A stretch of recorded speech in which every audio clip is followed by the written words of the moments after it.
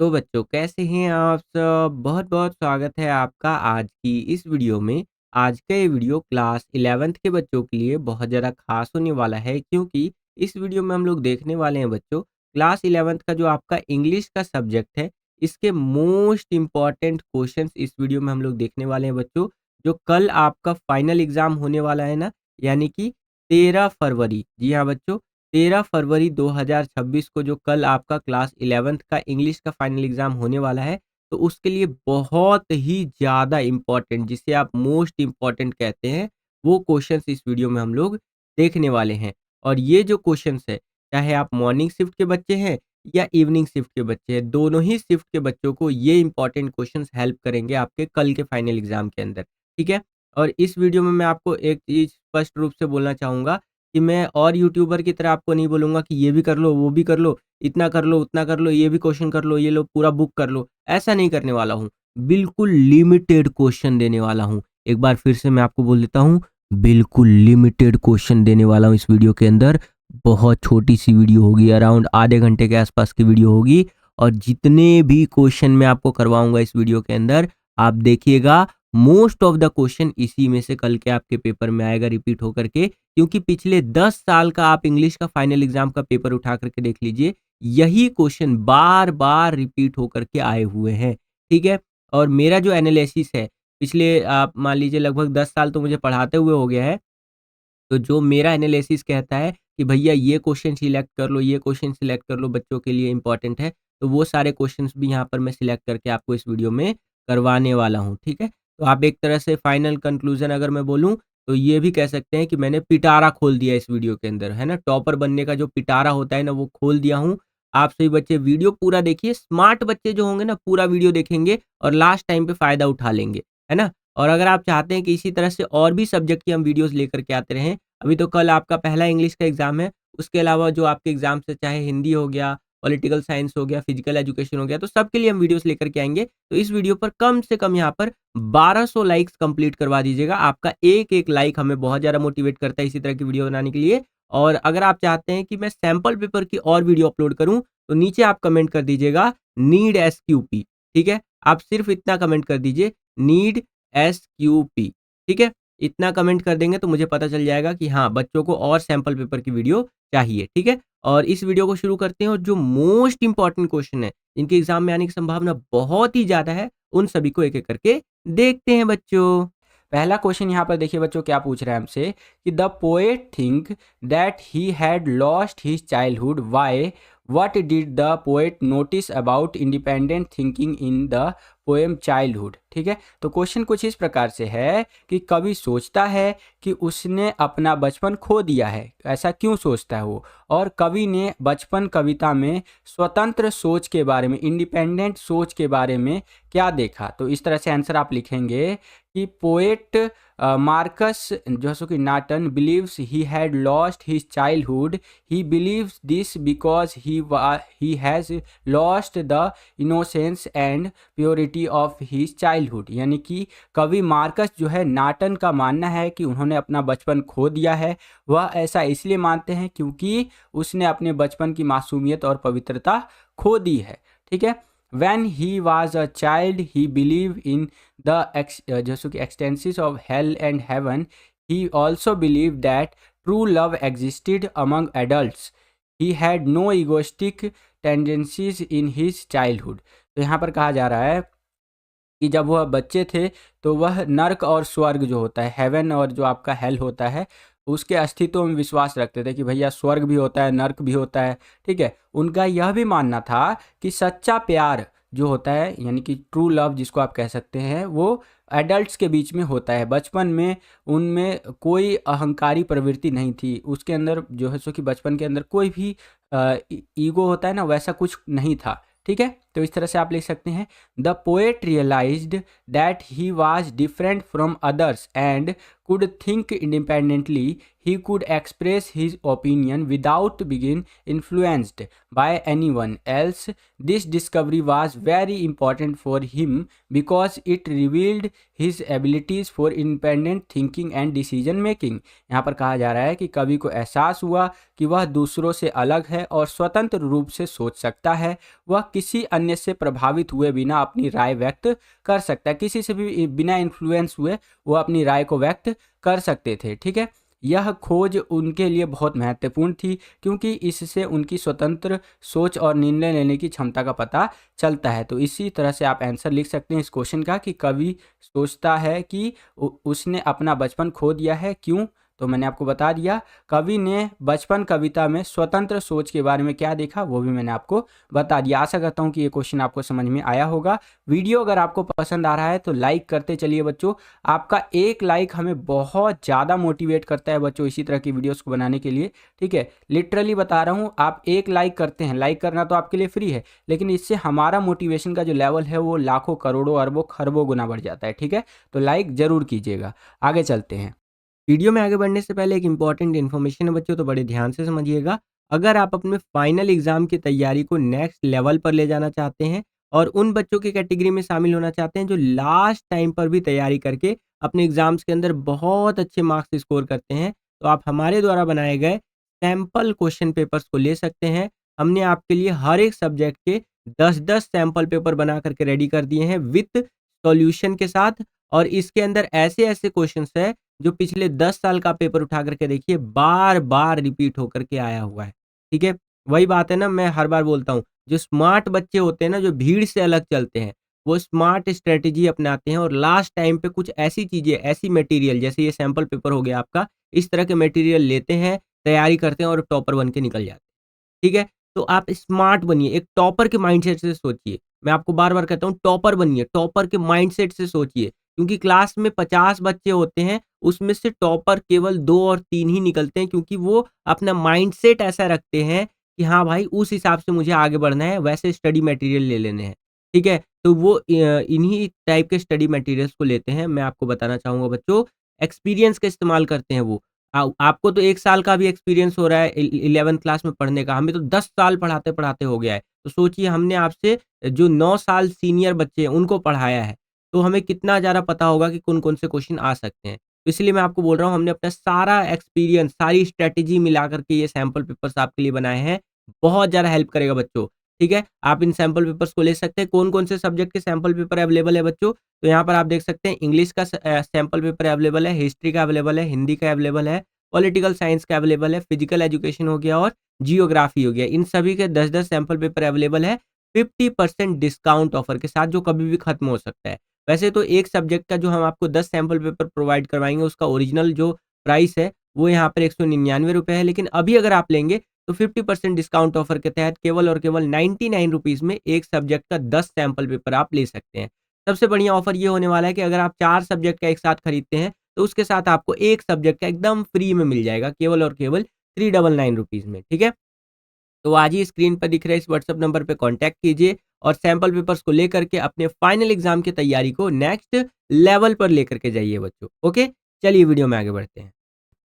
दूसरा क्वेश्चन देखिए बच्चों, यहाँ पर क्या पूछ रहा है हमसे कि do you think the title of the play mother's day is appropriate, give reasons for your answer. यानी कि यहाँ पर कह रहा है कि क्या आपको लगता है कि ये जो आपका नाटक का शीर्षक है, यानी ये जो आपका रोल का टाइटल है मदर्स डे, ठीक है, ये उचित है यानी सही है। अपने उत्तर के कारण बताइए आप। ठीक है, तो आंसर इस प्रकार से आप लिखेंगे कि I think the title of the play mother's day is appropriate because, यानी कि मुझे लगता है कि जो मदर्स डे वाला ये टाइटल है ये सही है। ठीक है, क्योंकि each and every day is mother's day, क्योंकि भैया हर दिन मदर्स डे होता ही होता है।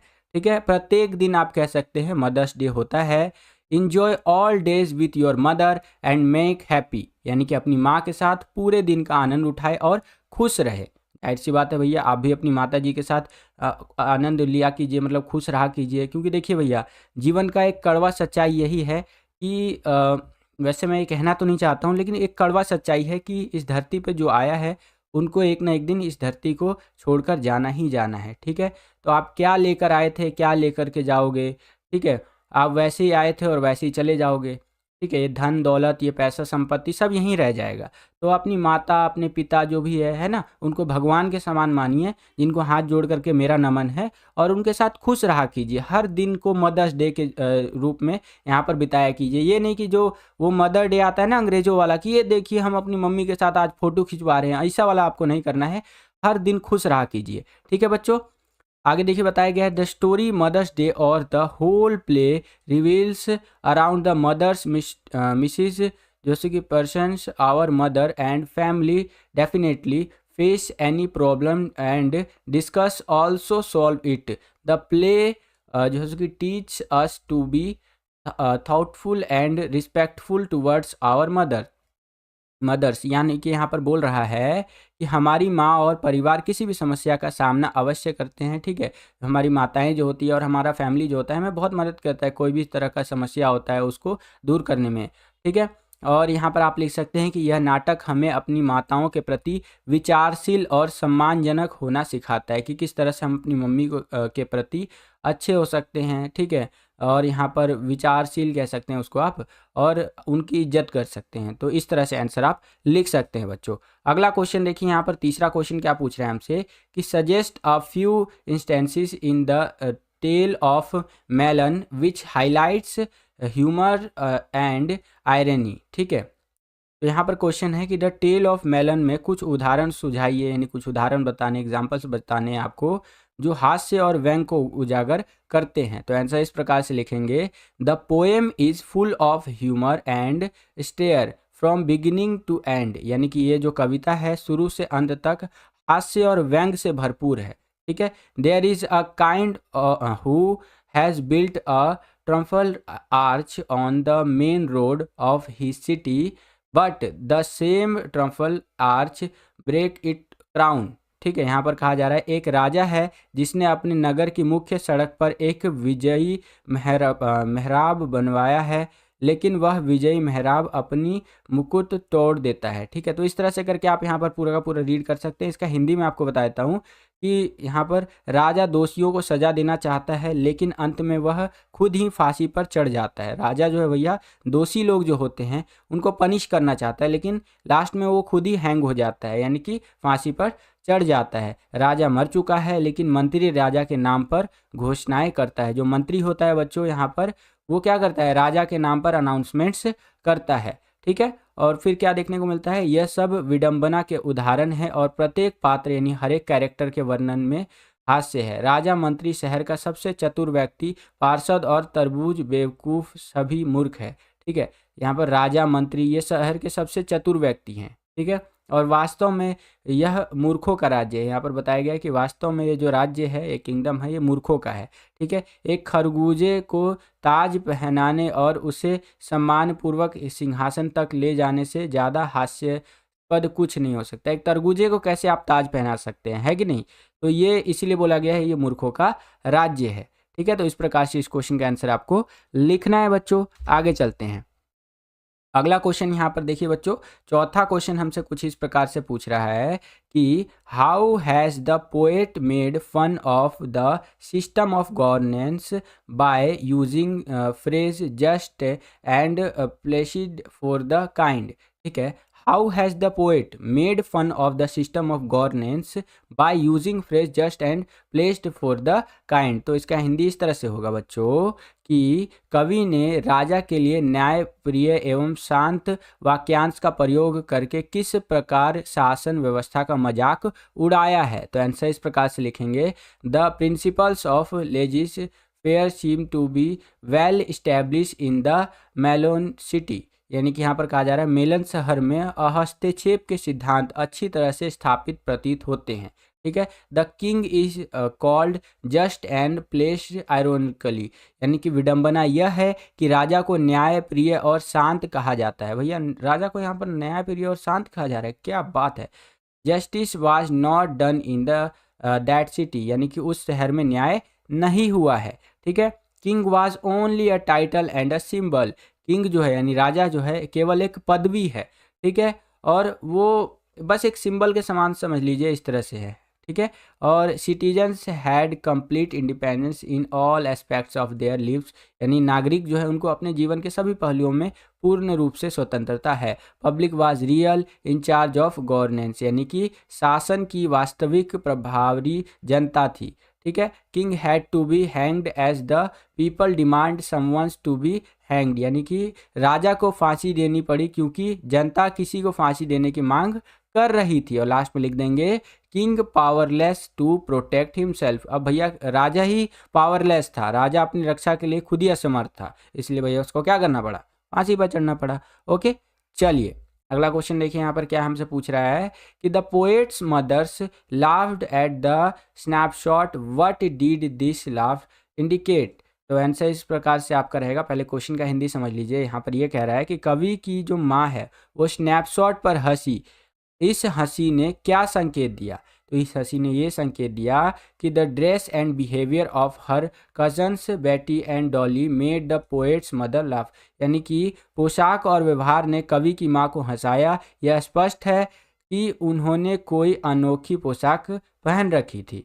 ठीक है। It is evident that they had put on same जो so quaint dresses which amused her.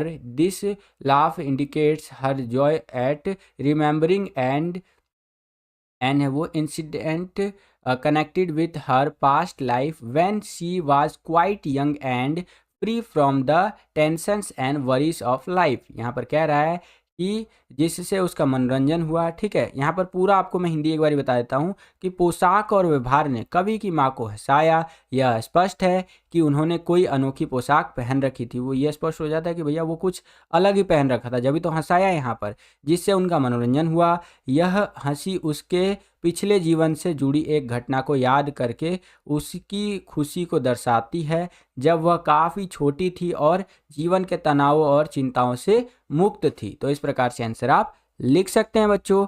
आगे चलते हैं, अगला क्वेश्चन देखिए। यहाँ पर छठा क्वेश्चन क्या है कि what is the central idea of Walt Whitman's poem the voice of the rain, यानी कि यहाँ पर कह रहा है कि वॉल्ट जो है सो कि वाइटमैन की कविता the voice of the rain का केंद्रीय विचार क्या है, सेंट्रल आइडिया क्या है। तो इसका आंसर या एक्सप्लेनेशन कुछ इस तरह से होगा कि the poet wishes to express the blessings of birth, growth, change and ultimately rain. It is water that turn into clouds। यहाँ पर कहा जा रहा है कि कवि जन्म, विकास, परिवर्तन और अंततः वर्षा के आशीर्वाद को व्यक्त करना चाहता है। यह पानी है जो बादल में बदल जाता है। यह क्या है बच्चों, ये पानी है जो बादल में बदल जाता है। Moves in the sky. ठीक है। Assume strange shapes but ultimately return to earth in the form of water. ठीक है। अजीब आकार धारण कर लेते हैं ये, लेकिन अंततः पानी के रूप में कहाँ पर लौट आते हैं, वो धरती के ऊपर लौट आते हैं। इसी प्रकार से आगे भी बताया गया है कि यह पृथ्वी पर सभी चीज़ों को शुद्ध करता है, स्नान कराता है लोगों को, यानी कि भैया उनको नहाने के काम में आ जाता है और उनमें सुंदरता जोड़ता है। बारिश किसी भी पहचान की परवाह किए बिना अपना कर्तव्य निभाती है। मनुष्य को इससे सबका लेना चाहिए, मतलब इससे सबक लेना चाहिए सॉरी, और पृथ्वी के संरक्षण का प्रयास करना चाहिए बच्चों। तो इस प्रकार से आंसर आपको लिखना है कि भैया धरती बचाना है। ठीक है। ये नहीं कि भैया एकदम पैसा वैसा कमा रहे हैं और पेड़ पौधा काटो दबा के, एकदम ऐसा नहीं करना चाहिए भैया। धरती बचाओ, ये पैसा वैसा कमा के कहाँ जाओगे, धरती पे तो खर्चा करोगे। ठीक है। तो ये खास ध्यान रखना चाहिए बच्चों। चलिए अगला क्वेश्चन देखिए। The grand mother was not pretty but beautiful how, यानी कि दादी सुंदर तो नहीं लेकिन खूबसूरत थी, कैसे। अब देखिए कितना मस्त क्वेश्चन पूछ लिया आपसे, यहाँ पर इम्पोर्टेंट भी है। ठीक है। कि जो ग्रैंड मदर थी वो प्रीटी नहीं थी लेकिन ब्यूटीफुल थी, यानी कि सुंदर नहीं थी लेकिन खूबसूरत थी, कैसे भैया। तो आंसर इस प्रकार से लिखेंगे, the grand mother was short, old, fat and slightly bent. For the last 20 years she looked the same, and to the author she seemed to old age. Further, it was difficult for him to imagine that she could have been young and pretty, but to him she was beautiful in a pristine and peaceful way. He remembered her telling he beds of her जो है सो कि rosary अंटिंगली करके है, ठीक है। यानी कि दादी छोटी, बूढ़ी, मोटी और थोड़ी झुकी हुई थी। पिछले 20 वर्षों से वह एक ही जैसी दिखती थी और लेखक को वह इतनी बूढ़ी लगती थी कि आगे उसकी उम्र नहीं बढ़ सकती, ऐसा उसको लगता था। किसको लगता था? लेखक को। उसके लिए यह कल्पना करना कठिन था कि वह युवा और सुंदर हो सकती थी, लेकिन उसके लिए वह प्राचीन और शांतिपूर्ण तरीके से सुंदर थी। उसे उसका अपना माला के मोतियों को अथक रूप से बताना याद आया, ठीक है। और लास्ट में आप लिखेंगे हर सिल्वर लॉक्स ले scattered झुसकी ununitedly over her pale face, and her lips continuously move in an individual prayer. She was like the winter's landscape in the mountains,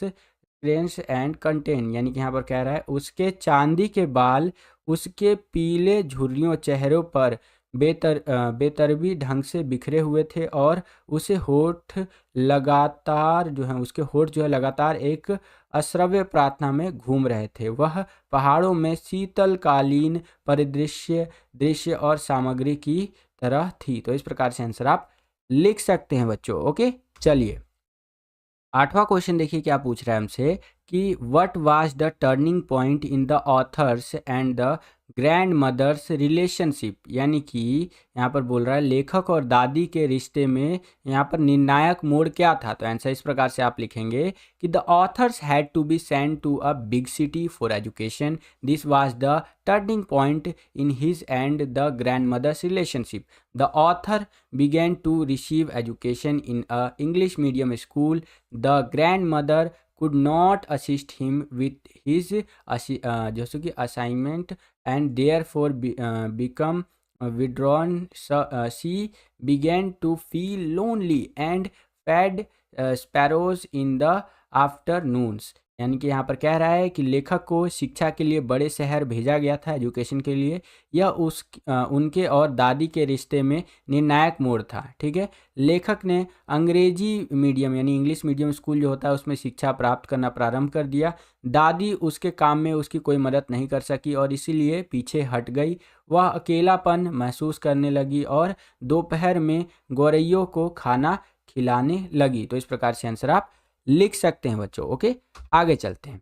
9वां question देखिए बच्चों यहाँ पर क्या पूछ रहा है कि what is your impression about doctor Andrew as a doctor and a human being. तो आंसर इस प्रकार से आप लिखेंगे, मतलब ये क्वेश्चन में ये पूछा है कि एक डॉक्टर और इंसान के रूप में जो डॉक्टर एंड्रियो था उसके बारे में आपकी क्या धारणा है। तो आंसर इस तरह से होगा कि the birth story is a commentary on how a doctor should really be as a doctor and a human being. Doctor Andrew is an exceptionally जैसे कि conscientious, compassionate and जैसे कि passionate human being. Not only does he overcome mental and physical exhaustion to get to Joe Morgan's home that night, but he also almost rebels against that laws of nature to try to bring the जैसे कि still born baby back to life, in which he succeed it happens. यहाँ पर कह रहा है आपको कि जन्म कहानी इस बात पर एक टिप्पणी है, एक कमेंट्री करती है कि एक डॉक्टर को वास्तव में एक डॉक्टर और एक इंसान के रूप में कैसा होना चाहिए। डॉक्टर एंड्रियो एक असाधारण कर्तव्यनिष्ठ, दयालु और भावुक इंसान है। उस रात में जो मॉर्गन के घर पहुंचने के लिए वह न केवल मानसिक और शारीरिक थकावट से उबरते हैं, बल्कि वह मित्र जैसे कि जन्मे बच्चे को वापस जीवन में लाने की कोशिश करने के लिए प्रकृति के नियमों के खिलाफ लगभग विद्रोह भी करते हैं। जो मरा हुआ बच्चा होता है ना, मृत बच्चा जो होता है, ठीक है, उसको वापस लाने के लिए वो एक तरह से नेचर के खिलाफ चले जाते हैं, जिसमें वह सफल होते हैं। ठीक है, कौन? डॉक्टर एंड्रियो। इसीलिए यहाँ पर बोला गया है कि डॉक्टर एंड्रियो के बारे में आपकी क्या धारणा है एक डॉक्टर और एक इंसान के रूप में। ठीक है, तो इस तरह से आंसर आप लिख सकते हैं। आगे चलते हैं। 10वां क्वेश्चन देखिए बच्चों, यहाँ पर क्या पूछ रहा है हमसे कि why did the narrators go to Mrs Darling's house and how did Mrs Darling's daughter treat the narrator. तो यहाँ पर क्वेश्चन है कि जो आपका नरेटर है वो डॉर्लिंग्स के घर में क्यों गया और जो मिसिस डॉर्लिंग्स थी उसकी बेटी ने नरेटर के साथ कैसा व्यवहार किया वो आपको बताना है बच्चों। तो आंसर इस प्रकार से आप लिखेंगे, the narrator went to Mrs Darling's how to collect her valuable जो कि belongings which her mother had given to her during wartime. She wanted to renew her past memories. Unlike Mrs. Darling's, the daughters invite the narrators inside her house. She offered her a cup of tea. यहाँ पर कह रहा है कि जो आपका narrator है वो डॉर्लिंग्स का बहुमूल्य सामान लेने के लिए अपने घर गया, ठीक है, जो उसकी माँ ने, ठीक है, उसे युद्ध के समय दिया था। वह अपनी पिछली यादों को ताज़ा करना चाहती थी। कौन? नरेटर की बात कर रहा है। और डॉर्लिंग की जो बेटी थी उसने क्या किया, उसके विपरीत उसको आमंत्रित किया यहाँ पर, और उसे एक कप चाय जो है वो भी पेश की, ठीक है, ऑफर किया। तो इस तरह से आप आंसर लिख सकते हैं। इसके आगे के क्वेश्चन जो है बच्चों, मैं आपको क्वेश्चन पढ़ के बता देता हूँ, उसका हिंदी बता देता हूँ, और पूरा जो उसका एक्चुअल हिंदी होगा क्वेश्चन विद आंसर वो स्क्रीन पर आप देख सकते हैं, ठीक है। आपको पहले क्वेश्चन बताता हूँ। ये क्वेश्चन क्या है 11वां, कि describe the narrator's journey to Mount Kailash with reference to the topographic जो कि वेरिएशन जो कि इनकाउंटर्ड ऑन द वे। यहाँ पर कह रहा है रास्ते में आने वाली स्थलाकृत विविधताओं के संदर्भ में कथावाचक की कैलाश पर्वत की यात्रा का वर्णन करे। तो आंसर यहाँ पर आप देख सकते हैं, हिंदी में भी आंसर आप देख पा रहे होंगे यहाँ पर, ठीक है बच्चों, और इंग्लिश में तो यहाँ पर आप देख ही सकते हैं। वीडियो को पॉज करके पूरा का पूरा रीड कर सकते हैं। अगला क्वेश्चन देखिए, अगला क्वेश्चन से पहले उसका और थोड़ा सा हिंदी में यहाँ पर आप देख लीजिए और इंग्लिश में भी देख लीजिए बच्चों। चलिए 12वां क्वेश्चन यहाँ पर देखिए क्या है, कि did the boys return the horse because their conscious was hurt और बिकॉज दे वेयर अफ्रेड। तो यहाँ पर क्या कह रहा है कि क्या लड़कों ने इसलिए घोड़ा लौटाया कि उनकी अंतरात्मा को ठेस पहुंची या वे डर गए। तो यहाँ पर आप देख सकते हैं आंसर आपको इस प्रकार से लिखना है बच्चों, ठीक है। चलिए परफेक्ट।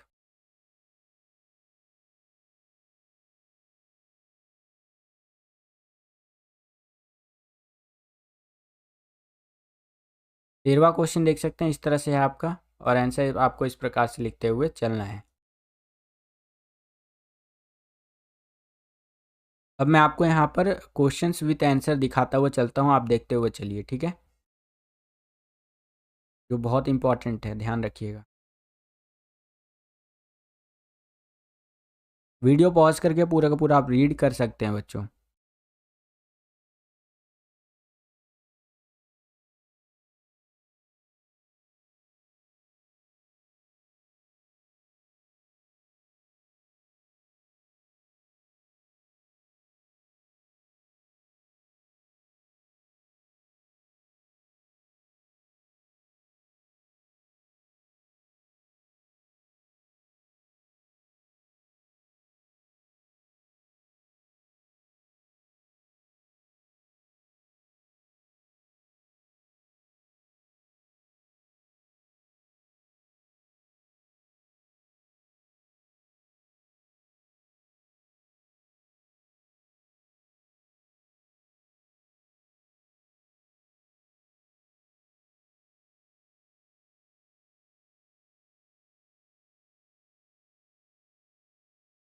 तो यहाँ पर आप देख सकते हैं क्वेश्चन नंबर 11 से लेकर के 30 तक के जो भी क्वेश्चंस है उनका मैं आपको हिंदी में ट्रांसलेशन दिखा देता हूँ कि वो क्वेश्चंस हिंदी में कैसे रहेंगे आपके, ठीक है।